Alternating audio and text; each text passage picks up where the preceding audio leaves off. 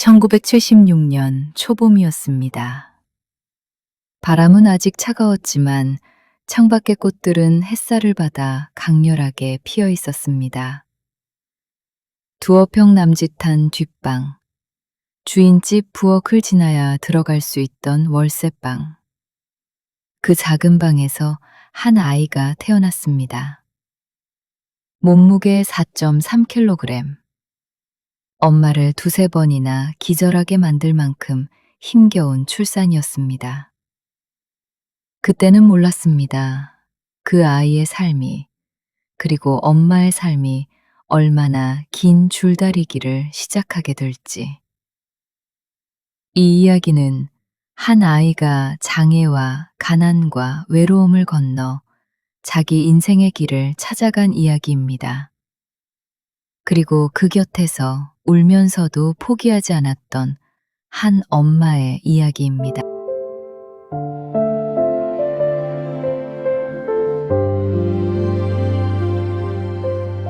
큰아이는 생후 6개월이 지나고 7개월에 접어들 무렵 시누이 품에 안겨 서울에서 경남 시골 할머니 댁으로 내려갔습니다.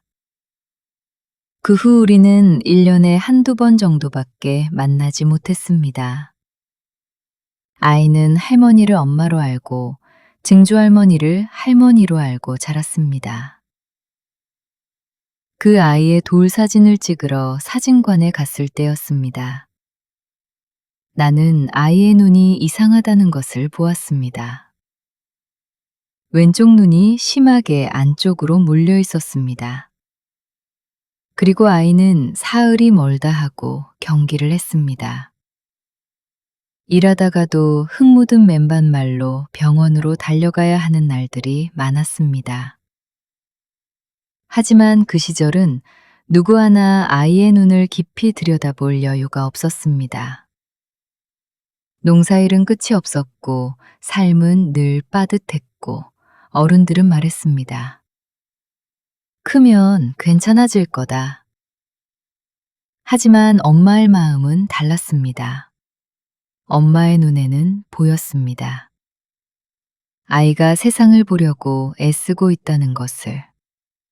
아이가 자기 몸 안에서 혼자 싸우고 있다는 것을.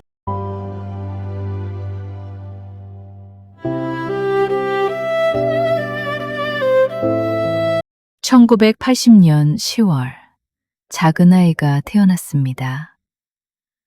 산후조리를 위해 할머니와 함께 왔던 큰아이는 그때부터 엄마 곁에 남게 되었습니다.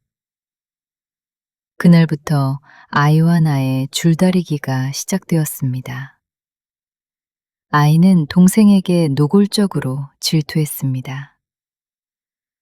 어른이 없을 때면 아기의 눈을 찌르며 엄마의 관심을 끌었습니다. 경상도 사투리를 쓰는 아이, 한쪽 눈이 안쪽으로 몰린 아이, 사물을 보려고 초점을 맞출 때마다 머리를 흔들던 아이. 나는 두 아이의 엄마였지만 사실은 아직 초보 엄마였습니다. 어떻게 안아주어야 하는지, 어떻게 말을 걸어야 하는지, 어떻게 아이의 마음속 외로움을 꺼내주어야 하는지 잘 알지 못했습니다. 그 아이를 보며 나는 오래전 내 모습을 보았습니다. 13살의 엄마를 잃고 외톨이처럼 주눅 들어 있던 어린 날의 나. 그때 나는 생각했습니다. 이 아이에게 나처럼 외로운 시간을 그대로 물려주면 안 된다.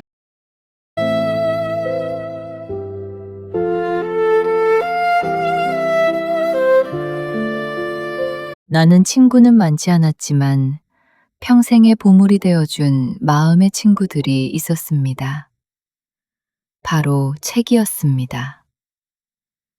책 속의 사람들은 내가 말을 하지 않아도 지루해하지 않았습니다. 내가 필요로 할 때마다 조용히 이야기를 들려주었습니다. 외로운 나에게 책은 오래도록 친구가 되어주었습니다. 그래서 나는 아이에게도 그런 친구를 만들어주고 싶었습니다. 월세방에 살면서도 무리를 해서 디즈니랜드 동화책 70권을 샀습니다. 다행히 아이는 그 책들을 좋아했습니다. 머리를 흔들며 힘겹게 초점을 맞추며 책장을 넘겼습니다. 책이 너덜너덜해질 때까지 읽고 또 읽었습니다. 웃기도 했습니다. 낄낄대기도 했습니다. 그 모습이 얼마나 고마웠는지 모릅니다. 그때 내 마음속에 한 문장이 생겼습니다. 아이에게 꿈을 꾸게 하자. 장애를 느끼지 못할 만큼 큰 꿈을 꾸게 하자.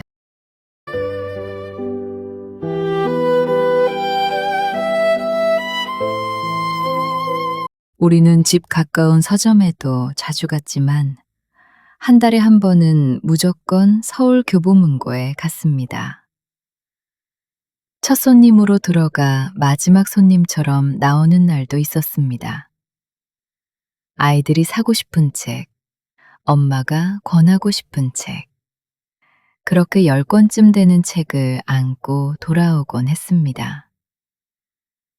큰아이가 중학교에 갈 때까지 교보문고와 동네 서점에서 사들인 책들로 집안은 작은 도서관이 되었습니다.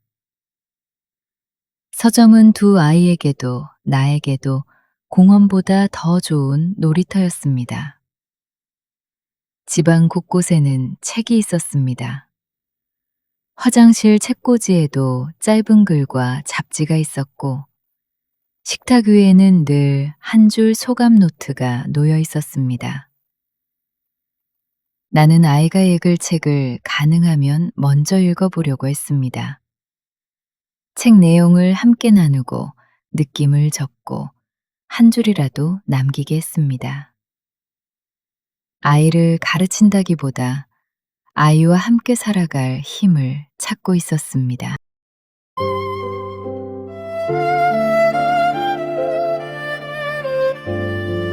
큰아이는 서울에서 초등학교에 입학했고 1학년 2학기 때 인천으로 전학했습니다. 그런데 아이의 자리는 교실 맨 뒷자리 구석이었습니다. 사시의 약시인 눈으로 칠판 글씨를 읽는다는 것은 거의 불가능한 일이었습니다. 앞자리에 앉아도 초점을 맞추기 어려운 아이였습니다. 그런데 맨 뒷자리라니요. 수업은 정상적으로 보는 아이들을 중심으로 흘러갔고, 큰아이에게 수업 시간은 고통이었습니다. 경상도 사투리, 다른 아이들과 다른 몸짓, 사물을 보려고 머리를 흔드는 모습, 친구를 사귀는 일도 쉽지 않았습니다. 아이는 모든 교과목을 거의 암기로 따라가고 있었습니다.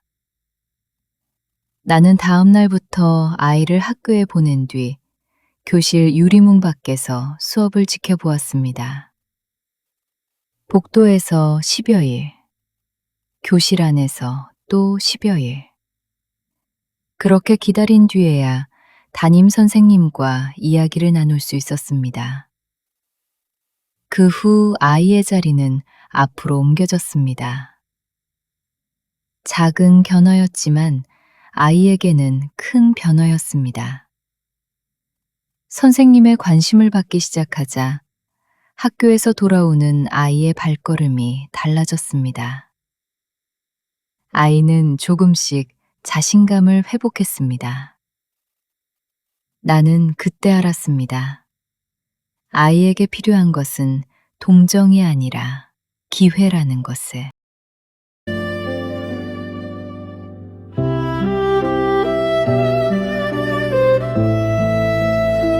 나는 생각했습니다.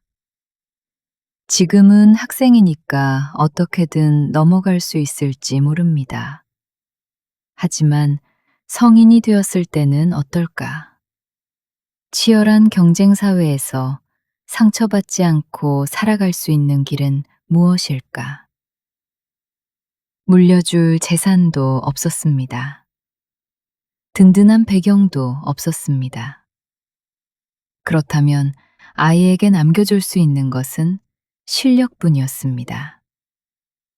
본인의 실력만 쌓으면 필요한 사람들이 찾아오고 자기 힘으로 살아갈 수 있는 직업. 그 길을 의사라고 생각했습니다. 최고의 의사가 되게 하자. 내가 아직 힘있고 능력 있을 때 그 길을 열어주자. 그것이 엄마의 결심이었습니다.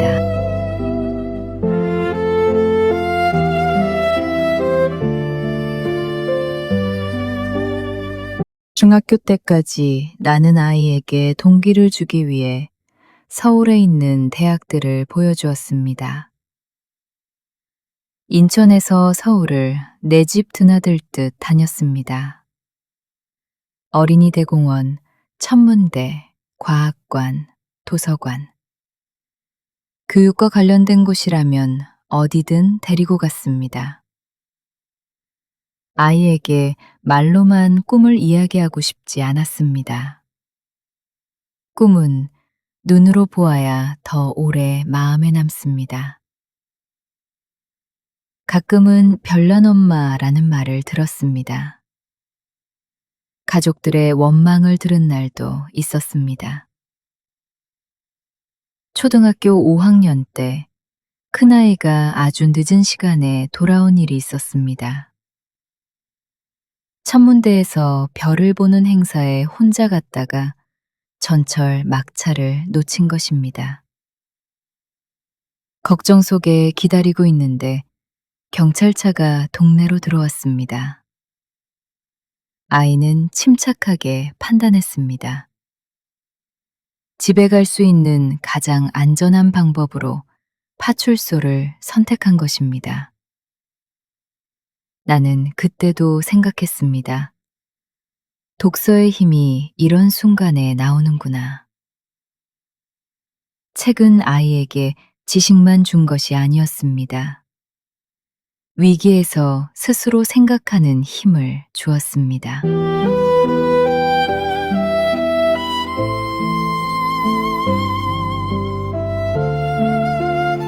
큰아이는 초등학교, 중학교, 고등학교 내내 신체적 불편함을 안고도 늘 전교 5등 이내 상위권을 지켰습니다. 예체능 실기는 늘 꼴찌였습니다. 하지만 다른 과목은 만점에 가까웠습니다. 나는 아이들을 비교하지 않으려고 애썼습니다. 둘째는 음악, 미술, 체육을 잘했습니다. 응용력도 뛰어났고 추진력도 강했습니다. 큰아이는 큰아이대로, 둘째는 둘째대로 각자의 장점을 보아주고 싶었습니다. 큰아이는 중학교 때부터 자신의 직업을 찾아 나섰습니다. 방과 후 가까운 병원을 찾아가 환자는 얼마나 오는지, 수술은 힘들지 않은지, 돈은 얼마나 벌 수 있는지 물어보았습니다. 아이의 꿈은 점점 구체적인 계획이 되어갔습니다. 고등학교에 올라가서는 선생님들의 조언을 적극적으로 듣고 한의사를 목표로 전력을 다했습니다.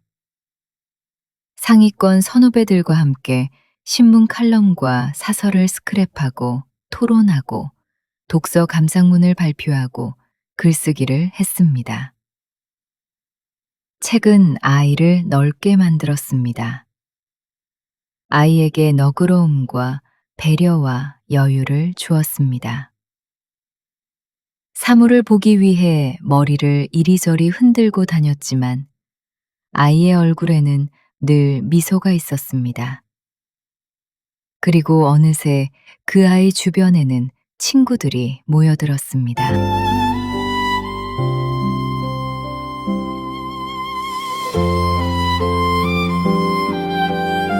물론 엄마의 간절한 기원도 있었습니다.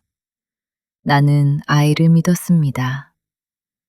아이의 몸이 불편하다고 해서 아이의 가능성까지 작아지는 것은 아니라고 믿었습니다. 아이에게 필요한 것은 틀에 넣는 억압이 아니라 그 안에 있는 가능성을 믿고 열어주는 일이었습니다. 힘든 날도 많았습니다. 한의대 재학 중에도 학비를 제때 낼 수 없어 애를 태운 날이 많았습니다. 아이는 아르바이트까지 하며 공부했습니다. 그 시간을 지나 큰아이는 한의사가 되었고 한의학 박사가 되었습니다. 지금도 끊임없이 공부하는 사람으로 자기 길을 걸어가고 있습니다. 나는 그 아이가 자랑스럽습니다. 하지만 자랑스러움보다 먼저 마음 한쪽에는 늘 미안함이 있습니다. 더 일찍 알아주지 못해서, 더 많이 안아주지 못해서, 더 빨리 아이의 아픔을 읽어주지 못해서. 그래서 이 목차의 제목은 어쩌면 엄마 자신에게 하는 말인지도 모릅니다. 차라리 아프다고 소리쳐라. 그래야 엄마가 알 수 있으니까. 그래야 세상이 들을 수 있으니까.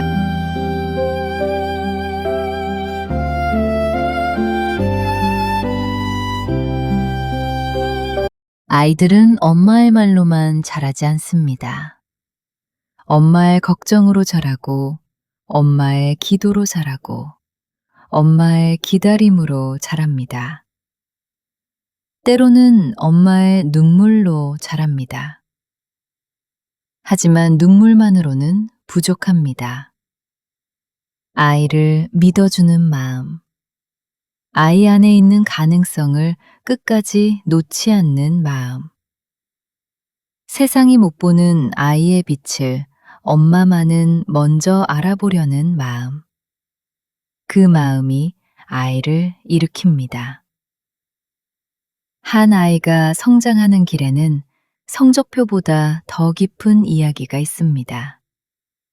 장애를 넘어선 이야기, 가난을 지나온 이야기, 외로움을 책으로 견딘 이야기, 그리고 엄마의 눈물 속에서 자기 삶의 힘을 찾아낸 이야기. 큰아이는 엄마의 눈물로 성장했습니다. 그러나 결국 그 아이를 세운 것은 엄마의 눈물이 아니라 엄마의 믿음이었습니다.